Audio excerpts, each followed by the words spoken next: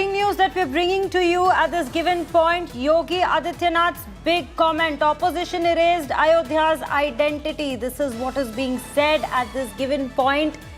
That opposition uses divide and rule policy. This is from the Deepotsav inauguration. Chief Minister Yogi hits out at SP and Congress.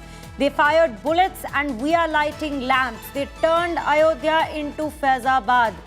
These people, in fact, deployed their advocates to prevent the Ram temple from being built. They erased Ayodhya's identity, turning it into Faizabad. These are the same people who follow the British policy of divide and rule. Every lamp reminds us that the truth can be troubled but never defeated. Truth is destined to triumph, and Sanatan Dharma has continuously struggled with that destiny for 500 years. As a result of these struggles, a magnificent and divine temple was built in Ayodhya. This is what's been said by Chief Minister Yogi Adityanath right after Akhilesh Yadav, in fact, had made comments on the Deepotsav, slamming the Uttar Pradesh government for their expense on the Deepotsav and the lakhs of diyas that are lit every year. And this is the big comment that's coming from the Chief Minister of Uttar Pradesh at this very point. We're breaking it on India Today, right at the top of the segment. These are visuals that we're bringing to you from Ayodhya. Let's in fact listen in to what Yogi Adityanath has said right at the top. इसी अयोध्या में राम जन्मभूमि आंदोलन के दौरान कांग्रेस ने माननीय न्यायालय में कहा था कि राम श्री राम तो एक मिथक हैं। उच्चतम न्यायालय में कांग्रेस ने शपथ पत्र दिया था कि श्री राम एक काल्पनिक हैं, और समाजवादी पार्टी ने राम भक्तों पर इसी अयोध्या में गोलियां चलाई थी। इसी अयोध्या में गोलियां चलाई थी।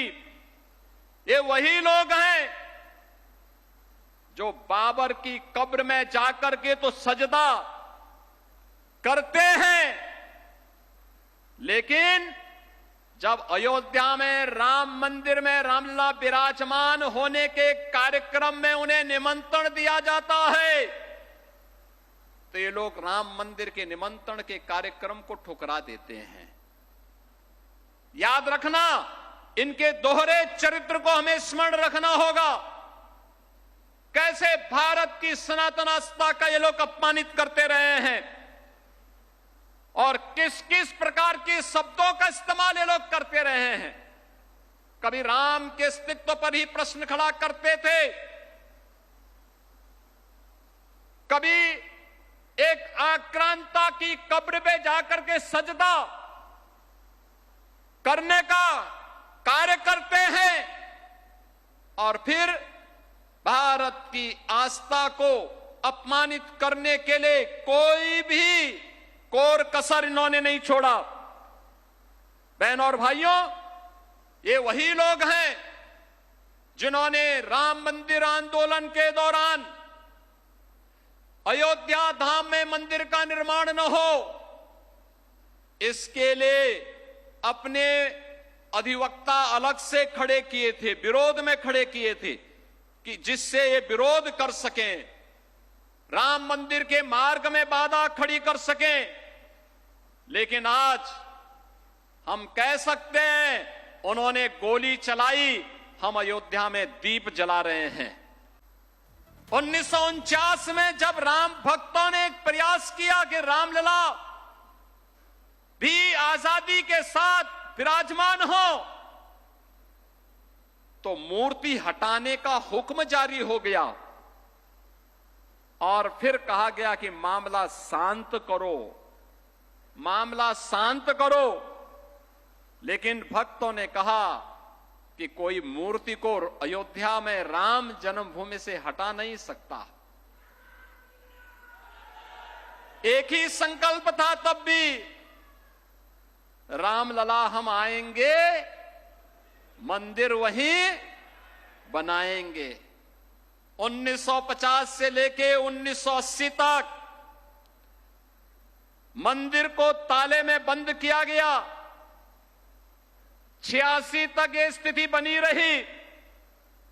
रामलला की जन्मभूमि में ही भगवान रामलला को कैद करके रखने का कुत्सित प्रयास हुआ। कौन वे लोग थे जो आस्था को इस कदर कैद करने का काम कर रहे थे?